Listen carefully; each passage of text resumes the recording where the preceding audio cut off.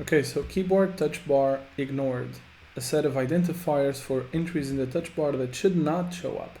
For example, workbench action navigate back. So usually you have contextual buttons on your MacBook or MacBook Pro's touch bar, and you can add identifiers here that will remove those buttons, particular buttons from your touch bar.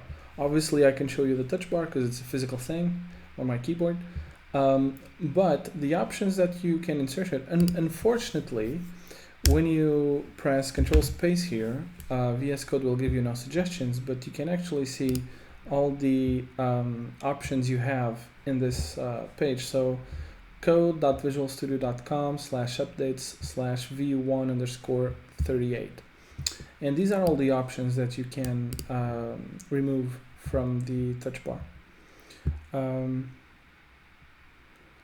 Yeah, actually like having them all.